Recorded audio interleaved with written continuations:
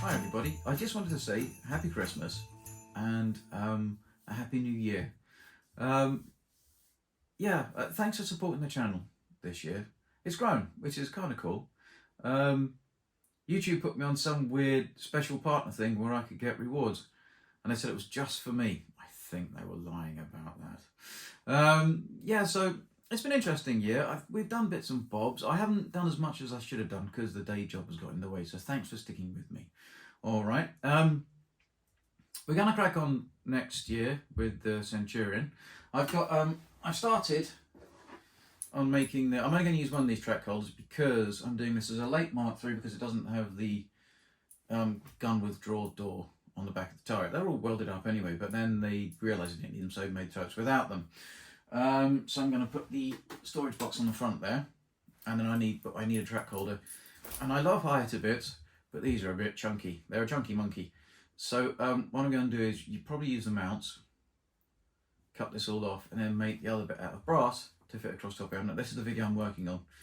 All right, I might do that today.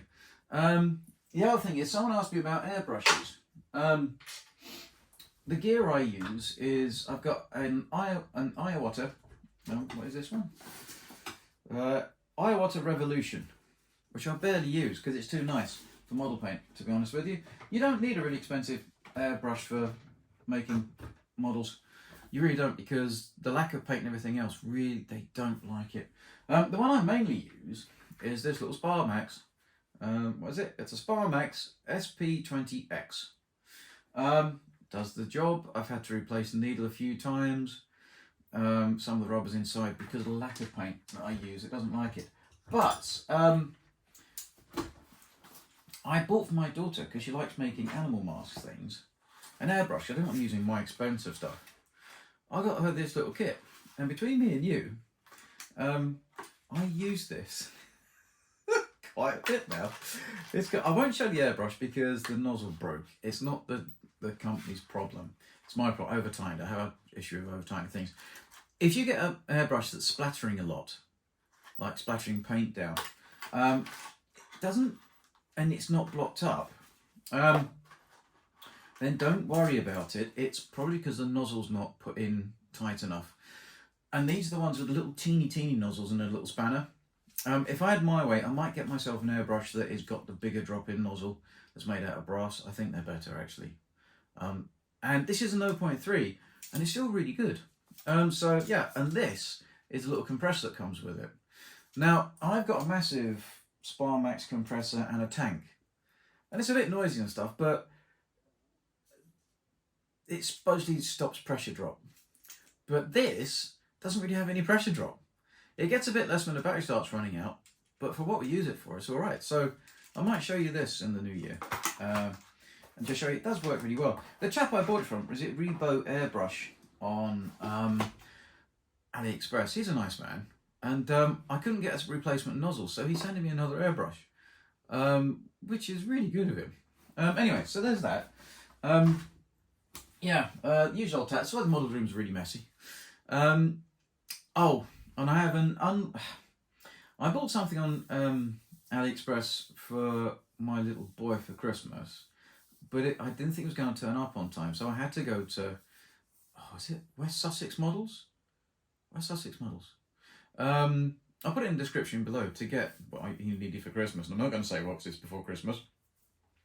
Because the AliExpress one was really delivered quite late. I got it yesterday. Do I keep it or do I send it back? Now, this is the thing. Comment below what you think's in here. Okay, what do you think's in here? Yeah.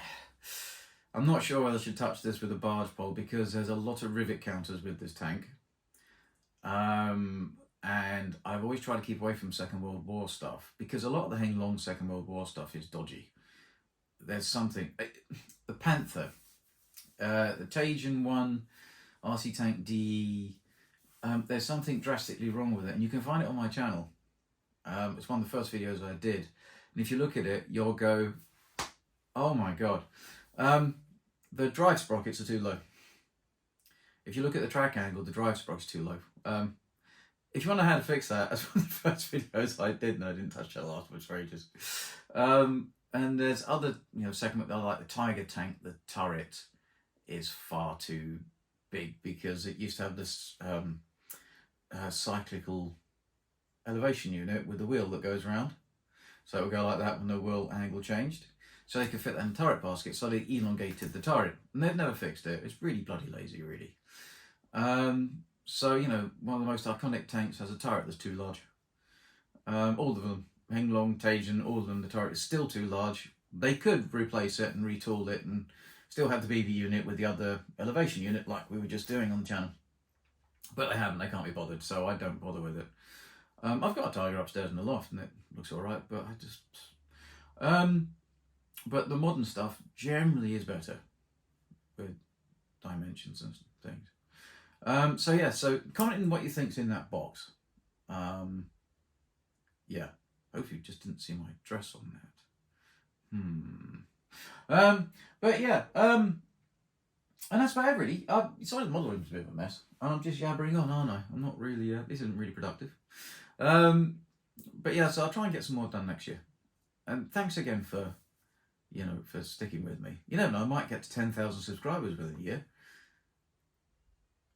Anyway, yeah, oh, the Bradley's still sitting there. I've got to work out what to do with that. I wish it was the right scale. I wish it was the right scale. It's such a shame.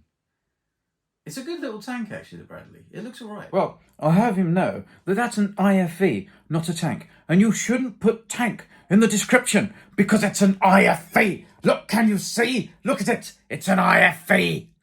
Sorry, it's just people get very annoyed when I call it tank. I know it's not a tank. And it's fine. It's just, it's not 1/16th. And it really bugged me because, it wasn't cheap.